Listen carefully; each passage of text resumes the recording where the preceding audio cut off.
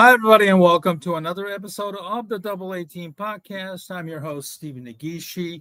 Thanks for joining us on this Sunday afternoon. We apologize for the little bit of a delay, a bit of a trouble on my end to get into the StreamYard and create a link. Very, very honored to have this week's guest on with us today, as Ken Fang, my regular co-host from Awful Announcing, is recovering from his 2 weeks excursion in Asia. Got back yesterday, so he's dealing with a little bit of a jet lag. We'll be back hopefully next week, next Sunday, around 7 o'clock Eastern, 6 Central, like we've always been working on. And joining us today, this afternoon, is the writer Joseph Yoon, who writes for Last Word on Sports and also writes NFL Draft on NFL Draft Diamonds as well. Joseph, good afternoon. Happy Sunday to you, and thanks for joining us today. Yeah, good afternoon. I'm happy to be here. Thank you for inviting me.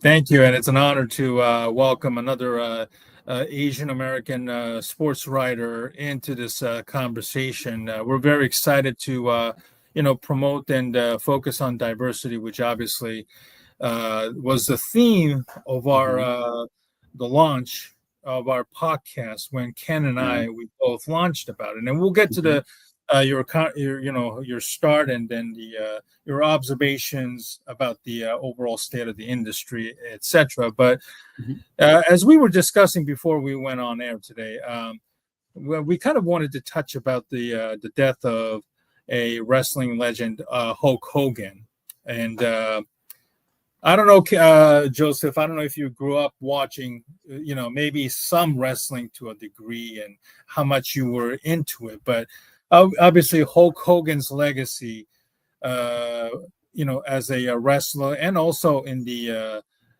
I would say probably media, personified as a, Hollywood star back in his heyday, or when he was at his peak. But at the same time, we started to learn a lot about what he really was off. Not Hulk Hogan, Terry Bollea, that's his real name, aka Hulk Hogan. Obviously with the sex tape scandal, and then the N-word controversy, etc., and then of course going full MAGA a couple of years ago as well.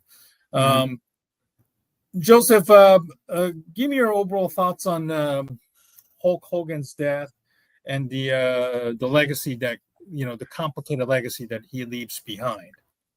I wasn't much of a wrestling fan growing up, but it's just he was one of those cultural crossovers that it extended to like everybody, and before the social media age, where it was such a giant crossover that everyone knew who he was. But his legacy is very controversial, given his beliefs. Whether you agree with it or not, it was very controversial at the time. Personally, I don't agree with his beliefs, but he's let's just say he left a mark on the industry as a whole. I know there have been some controversies about WWE wrestling star Chelsea Green having to remove her tweet about Hulk Hogan's death, which was kind of misinterpreted, and she had to obviously and I think a lot of people also had to explain their side of the story, and there are a lot of people who are quote celebrating his death, unquote, obviously because of the the controversy in his latter years. And I think this is not just limited to Hogan, but this is also applied to every professional athlete and Hollywood stars who have certain amount of skeletons hidden their closet that is revealed during their a peak that brings them down, or it's revealed in their later years or after their death.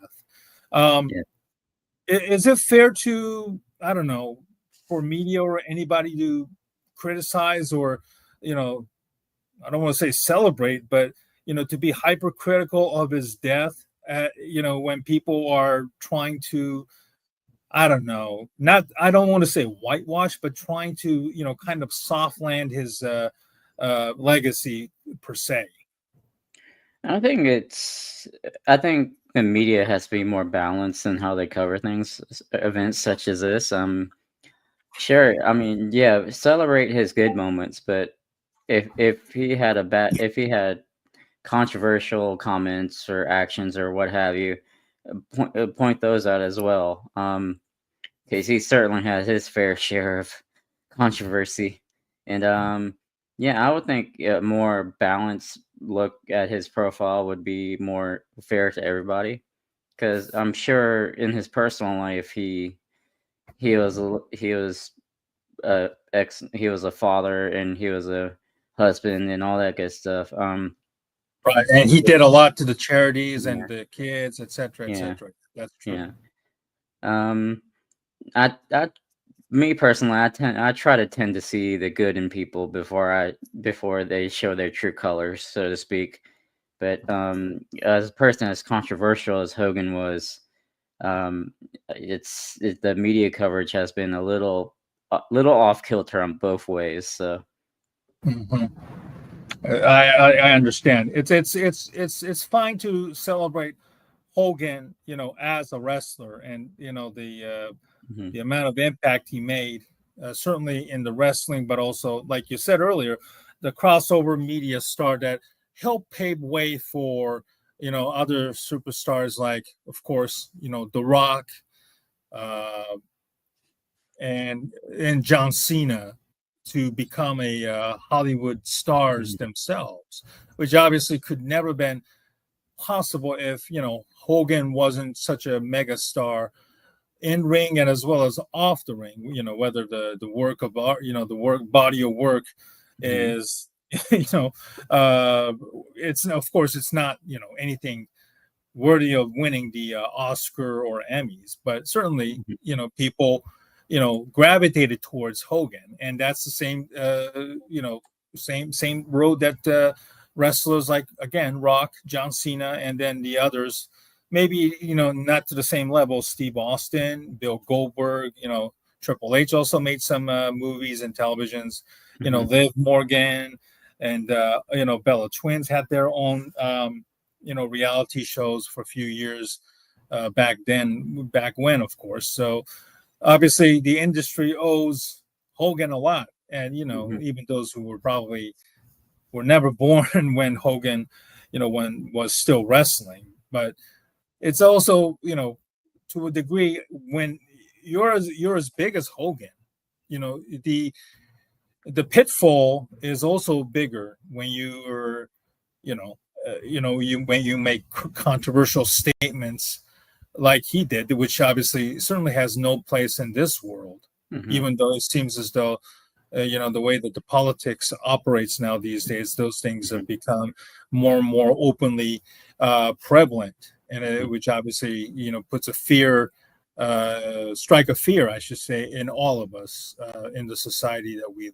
live today. But um, let's move on to the different topics now, because mhm. you're obviously right, probably on a part-time basis, correct? Yeah, it's part-time, full-time. Okay. Can you give me your how you got into writing, and into how you got, how did you became a sports fan growing up, and how did you kind of got into sports writing in general? My first writing gig, as we can call it, was for SB Nation, the Music City Miracles. I got started in 2012, and then I worked that for a few years. And then I became a paid contributor for that site, and then I moved on to Addicted to Quack shortly after, which covered Oregon sports, and I basically did everything for that site, like covered football and basically NFL for that site. Okay. And before a little bit after that, I worked for this site called Blitzalytics, which which I've met the people down there at the Senior Bowl, which I go to almost every year now. That covers the Senior Bowl prospects. And then a little bit, and then in 2023, I started writing for LastWordOnSports, which I'm the Titans beat writer for that site. And around the same time in 2023, I started working for NFL Draft Diamonds, which previously helped with the Hula Bowl, which is like another postseason college all-star game. But that relationship ended, but a couple of months ago, I believe, several months ago. But it's been when I first became a sports fan, I grew up watching Florida State football. Bobby Bowden, Deion Sanders, Chris Winkie, Peter Warrick, all those people. And then I became a Titans fan because of Steve McNair. I loved his toughness, his grit, and his willing to lay it on the line for all his team. And yeah, because I've been a Titans fan ever since. So yeah. Were you originally born and raised in the southern part of the U.S.? Yes, I was born and raised in Atlanta, Georgia. Oh, okay. Yeah. Nice. Okay. Were you in the city, or were you just out in the outside of the Atlanta? Because as we were talking, I was, I worked in Atlanta for a few years. Mm-hmm. I was born in the city. Oh, and like in the in the middle of the city. Yeah, and then I was born and raised in like Jonesboro, Georgia, which is a small town on the suburbs in Clayton County. I've heard of that. Yes, I've heard of it. Okay. Now, did you study like journalism in college? No, I actually studied political science in college. Okay. Politics I love history and politics and how people made certain decisions and why and when they did it and how they made that decision at the time. I love breaking that down and stuff like that. So. Gotcha. Did you study it in the Georgia area, or did you leave to go somewhere to study political science? Yeah, I went to a 2-year school called Georgia Perimeter College. I chose political science as my major because I wasn't good at math or science actually. I know the stereotype is out there, but I'm not good at math. Yeah. Oh, good. Do you write full time, or is this like kind of a side gig for you? Right? Yeah, it's kind of a side gig for me right now. Yeah. Okay, you have a full time job just like I do. Mm-hmm. During the day. Okay, okay, good. Well, let's talk about the upcoming 2025 NFL season. You cover the Titans specifically, so let's kind of jump into about the Titans. This is a team that is clearly rebuilding right now after a 3-14 debacle last year. First year under Bill Callahan, and now you have Cam Ward as your number one, pick. You're basically accelerating that rebuild, hopefully with Cam Ward as the starting quarterback. Give me your thoughts right now on where the Titans are currently, and how has Cam Ward looked ever since he was taken first overall? As for Ward, he's looked to be the real deal. But of course, the pads haven't come on yet, so we'll see what happens when the pads come on and he faces real live action, in the preseason and the regular season going forward. So far, all reports indicate that he's the real deal. He's a very good person, first one in the building, last one out, that type of deal. It seems like that his teammates have gravitated towards him like they did at Miami, and Washington State and Incarnate Word previously. So that's good. He's won over the locker room, which is essential for a quarterback to build that chemistry with. As for the team, there's a few pieces that are there that are standouts so far. We all know about Tavondre Sweat, the big guy from Texas, who had a outstanding rookie season. at his position. And Jeffrey Simmons, he's been Jeffrey Simmons. He's lost about 25 pounds from his playing weight from past couple of years. So he looks slimmer. He look more athletic, which the Titans need. And Cody Barton, our signing from Denver a couple of years ago, he's been standing out in practice. Coach Callahan has been praising him pretty regularly. L'Jarius Sneed, he's currently on pup right now. It's his knee condition. So our safeties are pretty good. So there's another up and comer cornerback named Jarvis Brownlee Jr. He's projected to be a starter. So there's a few pieces, but it's overall the team depth is not as good as it should be. But we just lost Treylon Burks yesterday due to a fractured clavicle. So he's going to be out for a little while. He's going to be out for a while. So the receiver room needs to step it up a little bit. Our Rifle Fans cited, and speaking of Treylon Burks, I've written a couple of articles about him for the outlets because I write for the NFL, their NFL page. Like this one I wrote, I think about 2 days ago. I know Cam Ward has been kind of hyping up his own receivers, Calvin Ridley, and of course Treylon Burks. But this was the article that I wrote a couple of days ago about Treylon Burks. Obviously, I thought that pretty much that this was like a make or break camp for him coming into the season. Yeah. And his injury, unfortunately, really puts a damper on him, and perhaps kind of put a bow to the one of the worst trades in recent memory. April 28th, 2022, when the Titans traded AJ Brown to the Eagles for their 18th overall pick and a third round pick back in 2022. Give us an idea of the receivers that Cam Ward has right now outside of Calvin Ridley. Now that Treylon Burks is pretty much out of the picture at the moment. Yeah, they signed a couple of receivers over the weekend. I think they're just camp body types. Matt Landers from Arkansas, coincidentally with Burks, and Ramel Keaton, who spent time with the Raiders last year. They both tried out over the weekend, and they both got signed due to the Burks injury.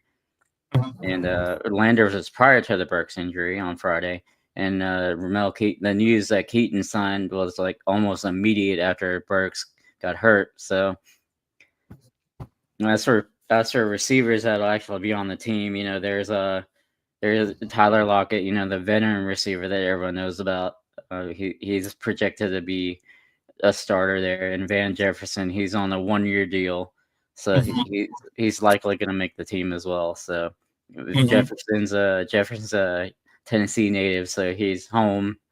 And our draft picks are two fourth-round draft picks, Chimera DK and Alik Manor.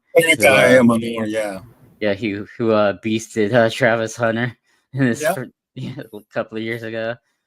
So they'll be matching wits for the next few years in the AFC South.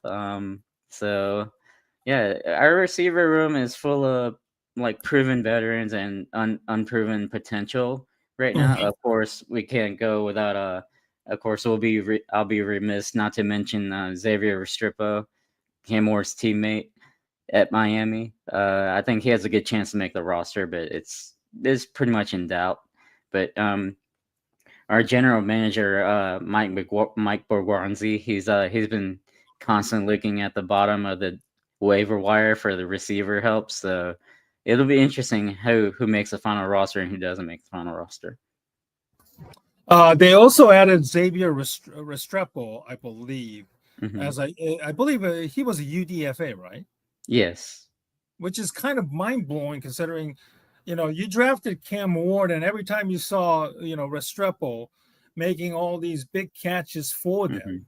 And, he's obviously now the leading receiver in their history, surpassing Michael Irvin there. What are your thoughts on Restrepo coming out of college, and does he have a legitimate shot at making the team with or without Treylon Burks at the moment? He does have a legitimate shot. His athletic testing wasn't the best, I'll say. And his pro day wasn't the best either, but he just gets open. And at Miami to lead the receiving room like the record books like he did, that's saying something because they got some dogs in Miami. Right. Yeah, like Devin Hester, Andre Mm-hmm. Johnson, Right. Michael Irvin, like you mentioned earlier. So yeah, Yeah. to do that's some serious business. That kid can play. Right. Absolutely. So I'm very interested to see, Hmm. the Cam Ward, Xavier, Restrepo experience, which Hmm. we know that they were prolific in Miami last year Hmm. together in Cam Ward's final season there Hmm. at Miami can carry over to, with the Tennessee Titans, this upcoming year, because obviously, coming off a 3-14 Hmm. season, you need a lot of things, any small things that needs to be a positive for something to build Hmm. upon. I know I mentioned a little bit earlier about the trade of AJ Brown, Hmm. that probably will forever be remembered as one of the worst trade in NFL history, unfortunately. But Yeah. obviously, there was a backstory to that trade because your team came off a 12-5 season, and I believe also a number one seed that year Hmm. in the AFC before losing to the eventual AFC champion Cincinnati Bengals in Tennessee that year. And then from there, unfortunately, it's kind of like a team went spiraling out of control, unfortunately, which was kind of highlighted, I believe. It was a power struggle between, the then general manager, John Robinson, and Mike Vrabel. What can you tell us about the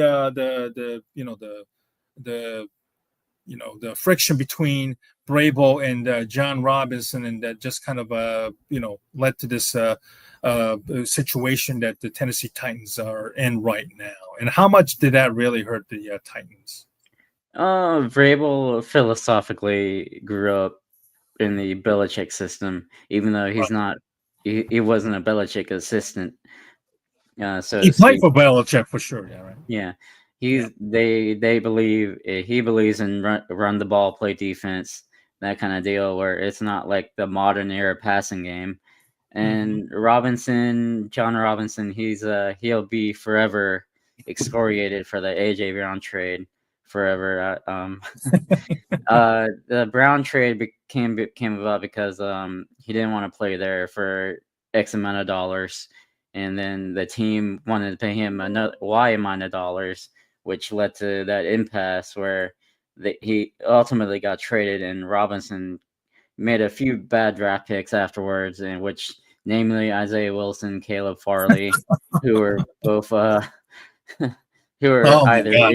injury prone or just Yeah, not yeah, yeah. loving football at all, and a few busts like a few of the busts that ultimately ended Robinson's tenure with the team.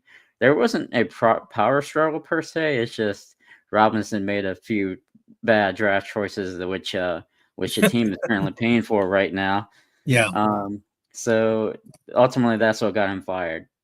Mhm. Also, the last game where Robinson was fired was against the Eagles, where AJ Brown just dominated the Titans, and the owner was there, believe it or not. So, yeah, the owner just fired him after. So, Mhm.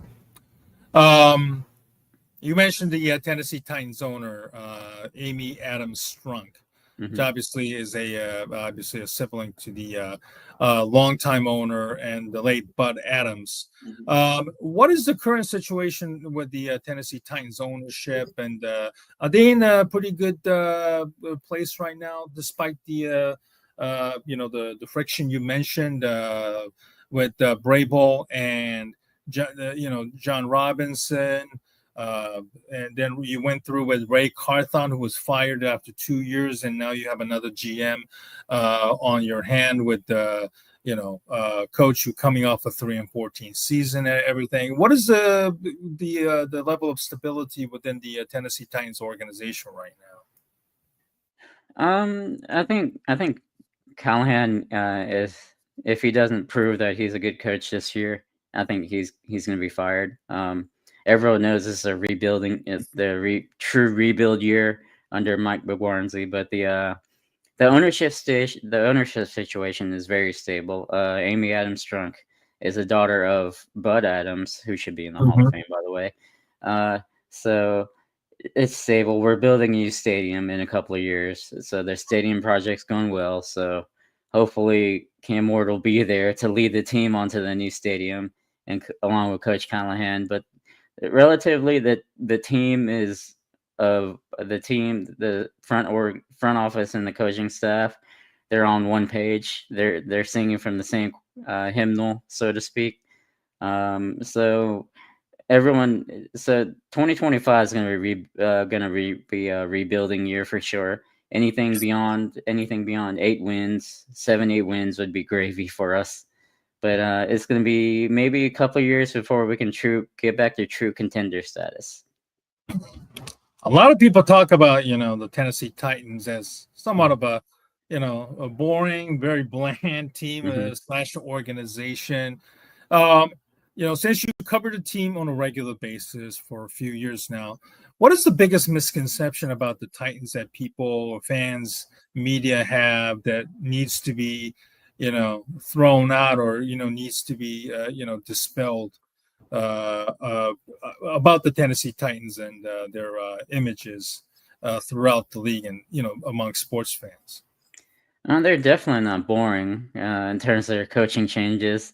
They like to, our history is basically running backs. Earl Campbell, for the Oilers days, and Chris Johnson, who CJ2K, who ran for 2,000 yards. Derrick Henry, Eddie George. We like to run the ball a lot, as you can tell. Like once every generation, we have that generational running back that shows out and balls out for us. But also mixed in, back in the early 90s, we had a run and shoot offense, with Ernest Givens, Warren Moon back in the day. Haywood Gathers, back in the day. Against the Buffalo Bills during their heyday during the 90s, when they went on all those Super Bowl runs where they ultimately lost. But yeah, it's I think the biggest misconception is that we always love to run the ball but don't throw the ball.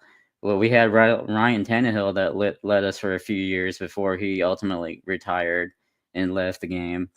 And I think it's Jeff Fisher perpetuated that myth where he likes to run the ball instead of throwing the ball and play defense. But in this modern era where the passing game has exploded, due to 7-on-7 in Texas high school football, where they like to throw the ball a lot.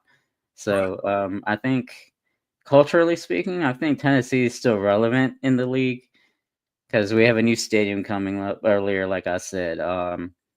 Cam Ward, hopefully he's a real deal going forward. And yeah, I mean, it's Tennessee. Nashville is a growing city, of course. I've been there a few times, and it's a growing population. The metro area, Nashville, is booming as well. So, yeah, it's a fine city. It's country music. The music industry over there is really nice. And yeah, the food, of course, Nashville hot chicken is our staple. Yeah, and it's Tennessee is a growing state, or pretty growing state overall. So it's culturally, it's a really good state to call home, I think. Do you cover the team on a regular basis? Do you have like a media credentials that allows you to from training camps, or is it basically strictly just writing about them for right now it's just writing about the team remotely. I haven't had a chance due to my regular job, to visit camp yet this season because work schedule related reasons, and also but as for credentials, I go to Senior Bowl every year to cover for the draft for NFL draft diamonds. So Okay, good. My guest this week is Joseph Young, who covers the Tennessee Titans on Last Word on Sports, the website out there, lastwordonsports.com. Let's talk about the NFL this upcoming season. The AFC South, the division that you're in right now. It seems like, that's the division that the Houston Texans have kind of, gotten the, a lot of positive press in somewhat of a very weak division. I'm not going to lie to you. The Texans, the Colts were pretty mediocre. The Titans were pretty bad, as was Jacksonville. Jacksonville obviously has been a perennial bottom feeder, but obviously, Tennessee kind of, allowed the Jacksonville Jaguars to kind of move up one spot, occupying the bottom feeders that they are on a year in and year out basis right now. Looking at the Texans coming off a 10-7 season, another home win in the wild card, but somehow unable to break through. What is your assessment on the current state of the Texans, and are they still? Of course, I'm sure you're going to give them the division title right now, but are they truly ready for that big breakthrough that they've been seeking? If they can fix their offensive line, because CJ Stroud, he was sacked like over 50 times last year, which isn't good for any quarterback. But he's as you would know, and I know Caleb Williams got sacked like 60 times last year. So if they can fix their offensive line, they have a really stout defensive front where they can stop the run, stop the pass.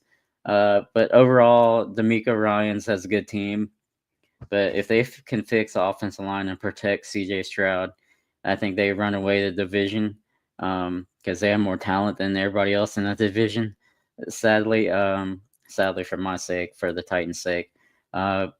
But if they can keep CJ Stroud upright, and I know Joe Mixon got hurt recently, and he's out for a little bit. But they have, I believe they have Nick Chubb on the roster. Chubb as well, yes, they do have. And Damian Pierce, who showed out a couple of years ago as a rookie, but overall they have the most talented team in the division on paper, so they should be winning it, running away.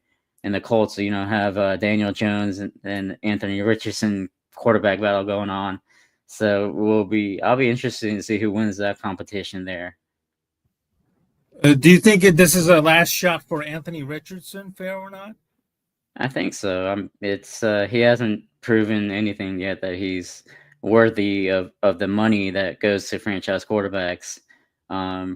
He's been inconsistent, which were his traits coming out of college. So it's coming to fruition in the NFL. So we'll see who wins that battle in Indianapolis. I believe I've read the other day that Jones was winning that battle, but it's not over yet for Richardson, but it's getting a little early, so to speak. And then the Jaguars obviously welcoming another new head coach, as well as the new GM tandem. They have Travis Hunter that they've acquired from their own pick, I believe, and he's looking to be the two-way player, like the NFL version of Shohei Ohtani. But do you realistically think that Hunter can play two positions, maybe not 50-50, but maybe 60-40 cornerback receiver? And would that be able to translate to victory for the Jags? That's kind of like kind of hit the bottom after winning the division 3 years ago. Yeah, it all depends on Trevor Lawrence's health to me, because he's been in and out of the lineup past couple of years due to a whole lot of injuries. But as for Hunter, I think he's he won't be like a true 50-50 player because no one in the NFL is, because the demands of the game, the rigors of the game is very high for even the specialized players. So I think he'll be like a part-time cornerback, a full-time receiver type of deal, like Devin Hester was for the Bears. Yeah, and shout out Devin Hester, Hall of Famer. But as for Hunter, he's going to be. I think the splits are going to be like 70-30 for receiver cornerback. Okay. So you think that he can actually play two positions then? Mm-hmm. Okay. Because of course he learned under the legend, two-way superstar himself, Deion Sanders. So yeah, I think it'll be easy transition for him. But the amount of reps he got in college has to be, the wear and tear of playing both positions in college probably will catch up to him eventually. So I think after a few years, I think he'll be, settle into one position, whether it be receiver or quarterback, who knows? But I think that's what's going to happen. Okay. Let's talk about the AFC overall. Starting with the AFC East, this is obviously Buffalo Bills' chance to win not only the AFC East, but this is probably their good shot at winning. The number one seed overall, which they were not too long ago. Sean McDermott has obviously caught a lot of heat with his performance in the playoffs, in particular. Do you think that Sean McDermott is facing a do or die season in Buffalo this year? Yes, I mean he's proven that in the playoffs that he's unable to get over the hump. So the Chiefs right now are probably at their weakest point in perception wise. They still have Mahomes, who's the best quarterback in the league. At least at worst top two in the league. So, but the Chiefs' offensive line is very shaky. Their tackle situation in particular is just, it isn't bad, but it's not good for like a top contender status. So I think this is it for the Bills. If they can't win it this year, I think he's gone. The AFC North, it's probably Baltimore's to lose, of course, and then that's the number 2 seed for them, right? Yeah. Okay. Ravens will be okay. Go ahead. I apologize there. Yeah, I think the Ravens and the Bengals will give the Steelers their run for their money. The Steelers, they have a long road. They have a tough division. I think the toughest division in football. But the Steelers, I don't think they'll win the division. I think it's the Ravens. But the Bengals will, if they ever get around to fixing their defense. They just signed Shamar Stewart the other day, but now they're working on Trey Henderson, who's still holding out. But if the Bengals still have Joe Burrow, Jamar Chase duo, so they'll be all right in that regard. But I think it's the Ravens division.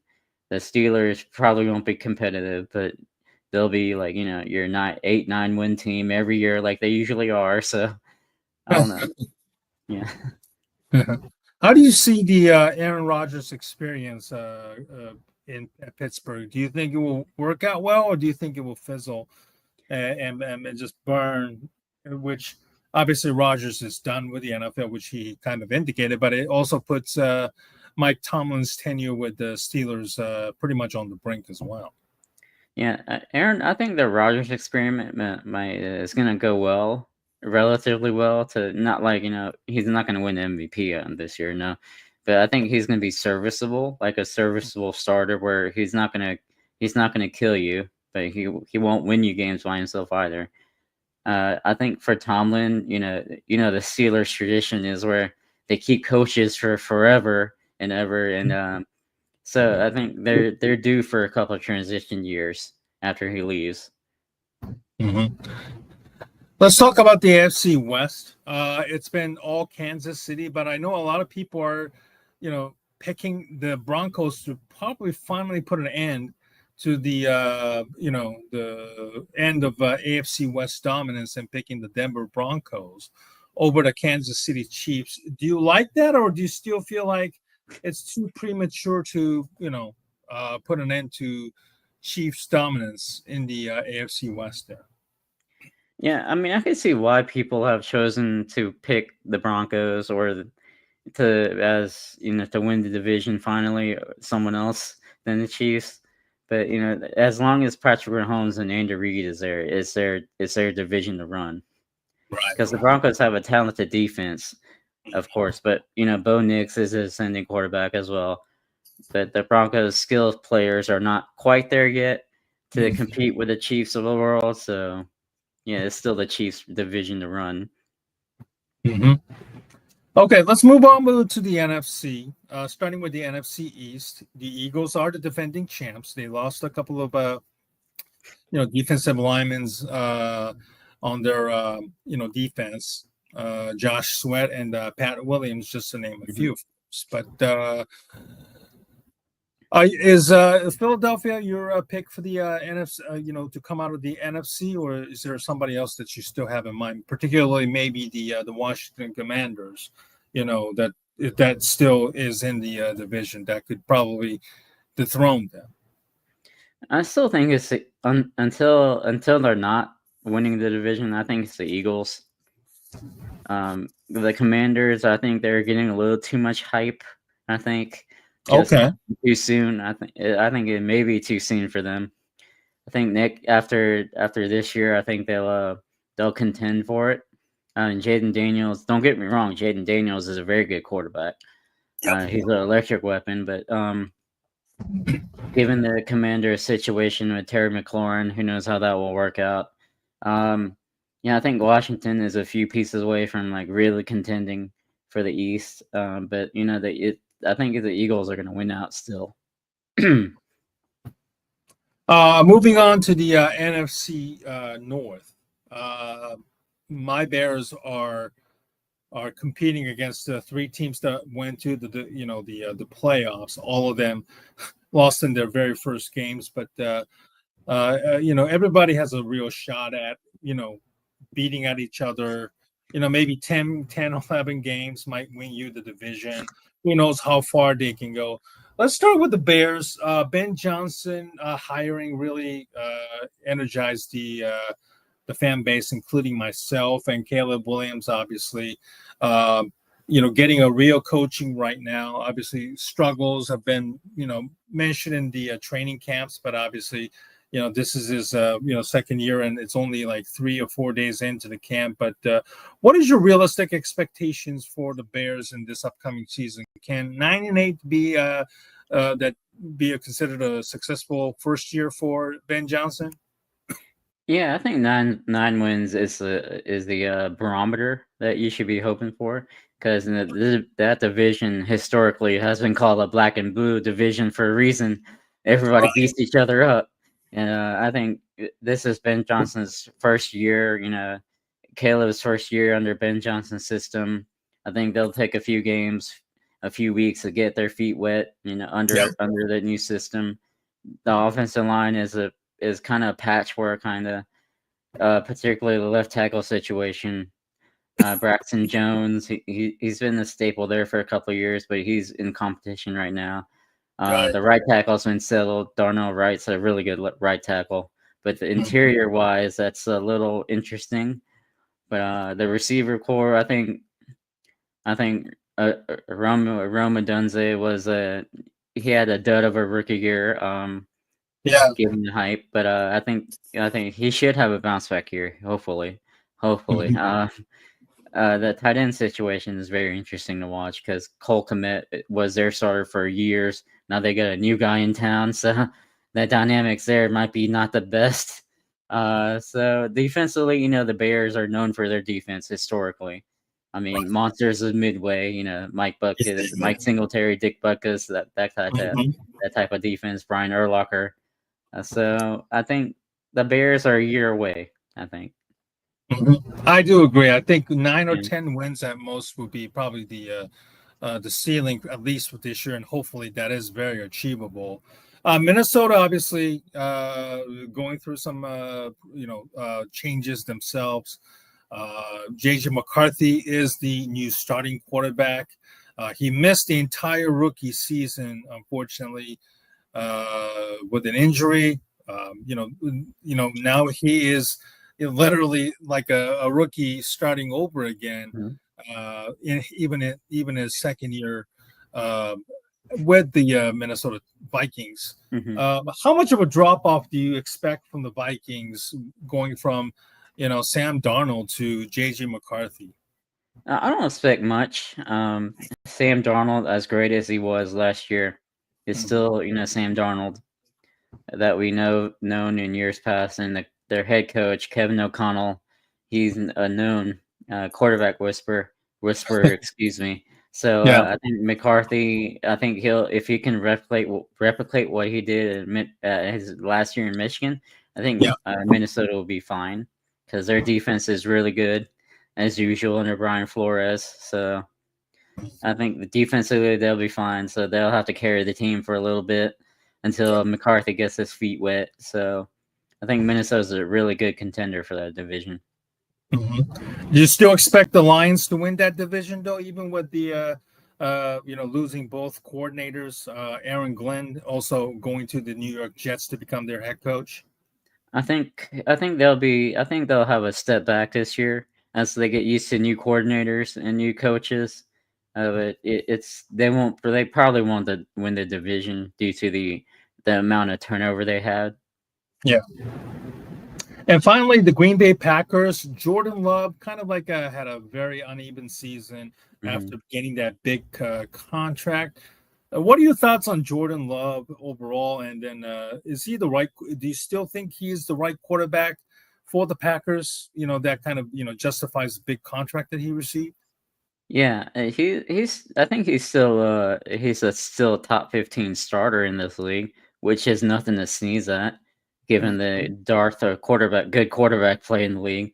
As for his contract, he deserved every penny of his contract, and I think he's still growing and learning for the position.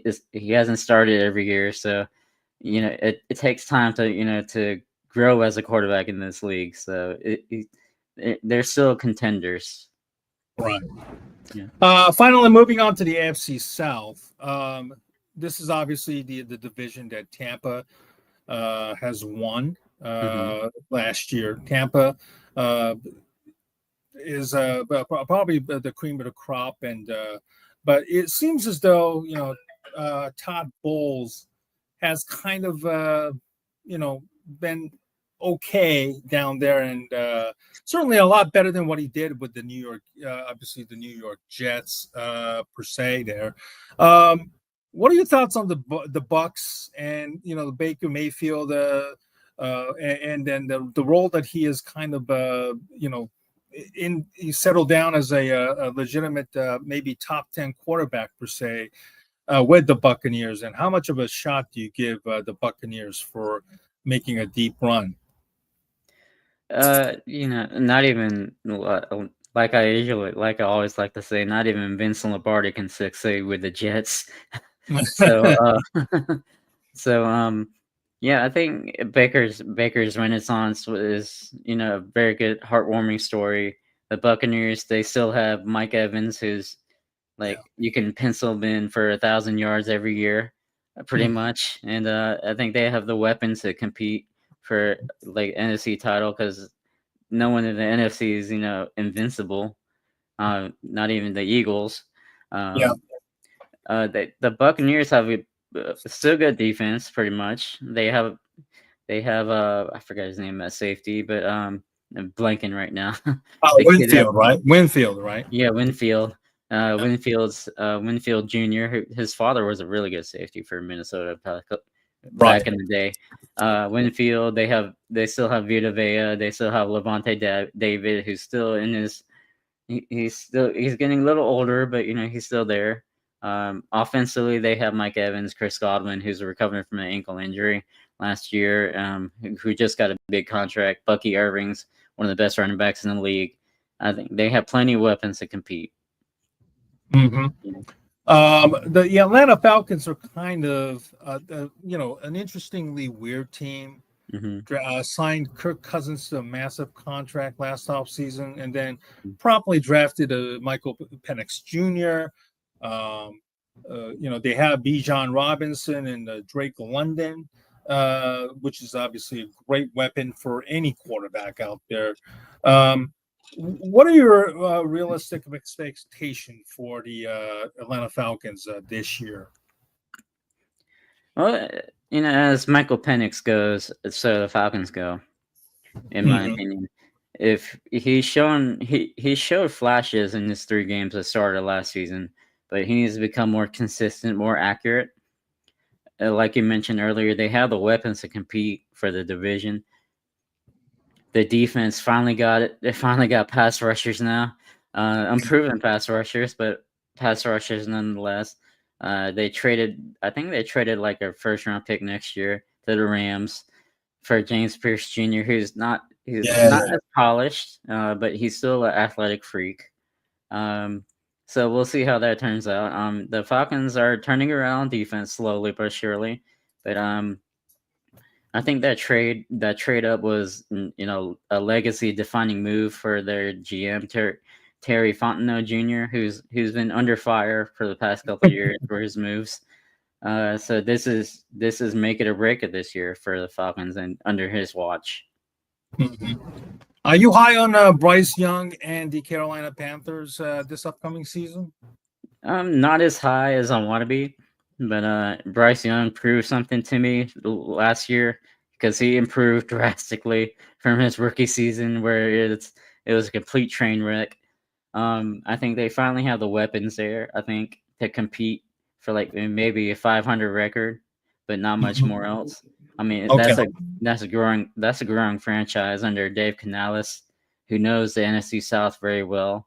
So it's going to be interesting to watch the Panthers, how they do. And I said finally, but I forgot to mention the NFC West. My apologies there. Obviously, the Rams won that division. 49ers really were, terrible down the stretch, largely due to the injuries and everything. But do you still see the Rams winning the division? Maybe I know it was 10-7 last year, but maybe 11, 12 wins is not out of the question, in your opinion? Yeah, the Rams have the best overall team on paper in that division. Yeah. They have a better defense. They have a better offensive line. They have the better quarterback, I think. Even though Matt Stafford's hurt right now, and it looks like Jimmy Garoppolo is about to take over. So, I mean, the quarterbacks in that division are shaky at best, I'll say. Even though Brock Purdy got his big bucks deal, which he deserves, but I don't think he's fully worth that much, personally. But yeah, I think it's the Rams division because they have the better defense than the Niners do. The Niners are kind of getting stale under Shanahan right now. And they're suffering the effects of having to pay that quarterback that kind of money, so they have to cut costs everywhere else. Yeah, I can understand that. So after the Rams, it's kind of like a toss-up between the 49ers, the Cardinals, and the Seahawks. Out of the 3 teams in that, the behind the Rams, who are you high on out of those 3 teams, and why? I still think it's the 49ers, even though they're still the 49ers, even though it's reimagined. But I really like Carolina, Arizona, because what they did on defense this year and free agency and all that, signing Sweat, like you mentioned, and Josh Sweat, I believe that was Josh their Sweat. big signing. Yeah. And their coach, Jonathan Gannon, he's known for being a defensive wizard. So that hopefully that's how the ball is improved. Marvin Harrison Jr., he's an excellent receiver. He didn't have the best rookie year, but I think he'll bounce back with Kyler Murray. He's still a serviceable quarterback. He's top 15 quarterback in the league in terms of pure talent. So yeah. I think Arizona might be a sleeper to take that division. Well, listen, Joseph, it's been a pleasure discussing the upcoming season with you. And quickly, let's talk about the your Super Bowl predictions for the 2025 season. Who do you have from so far right now, as of today? Oh, that's interesting. For the AFC, I might have and that's so tough. The AFC, I probably have. I want to say Buffalo finally breaks through because Yeah. Kansas City might take a step back this year. The Ravens might take a step back this year. And the AFC is like a like a total war. Yeah. So I think Buffalo comes out on top. For the NFC, NFC is a complete toss up right now, but I'll go with the Eagles again. Yeah, I have the same feeling myself. It's Yeah. Buffalo versus Philadelphia as of right now on paper. You know, and then I'll pick the Eagles to win. Just for the hell of it, because they're the defending champs. Yeah. And they will be treated as such until they're dethroned. So Yeah. Eagles Until over the Buffaloes in yeah. the this year, this upcoming season. So Until they get knocked off, they're the kings. Yeah. absolutely.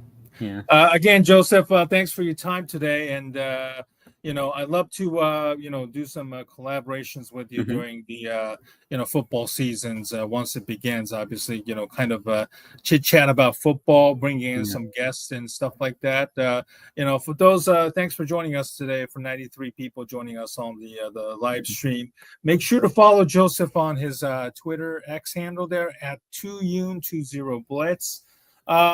Are you going to be busy also writing about the upcoming college football and the NFL draft season as well? Yes, I am. I'm currently writing about the conference previews for and draft diamonds right now. So I'm in the middle of doing that right now. It comes out. I'm doing one a week. So all the power conferences. So ACC, Big 12, Big 10.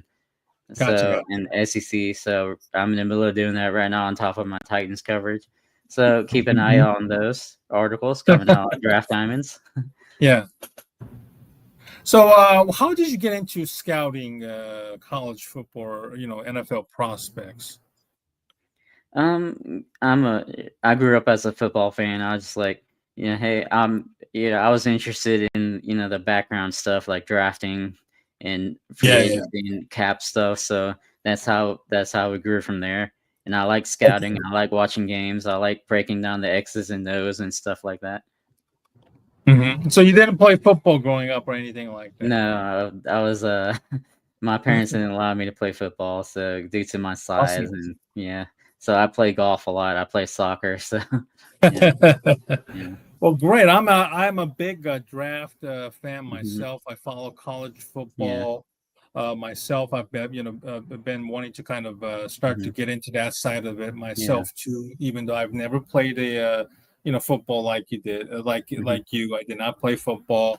I'm a like a casual observer as well. But now that I write like you do, I want to kind of step it up a little bit of my notches. There to understand the intricacy of scouting and watching. So maybe I'll reach out to you and probably get the pick your brains in that side of it as well. And really appreciate you coming on today on this Sunday afternoon. Thanks for joining me, and then hopefully we'll do this again to maybe throughout regular season and maybe do some collaborations down the road as well. Yeah, thank you for having me.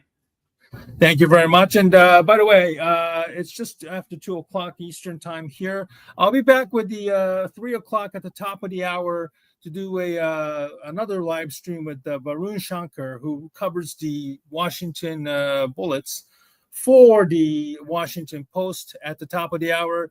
We will see you a little bit later. Till then, have a great day. And then thanks for joining us once again. And we'll hope to see you next time on the Double 18 podcast live stream.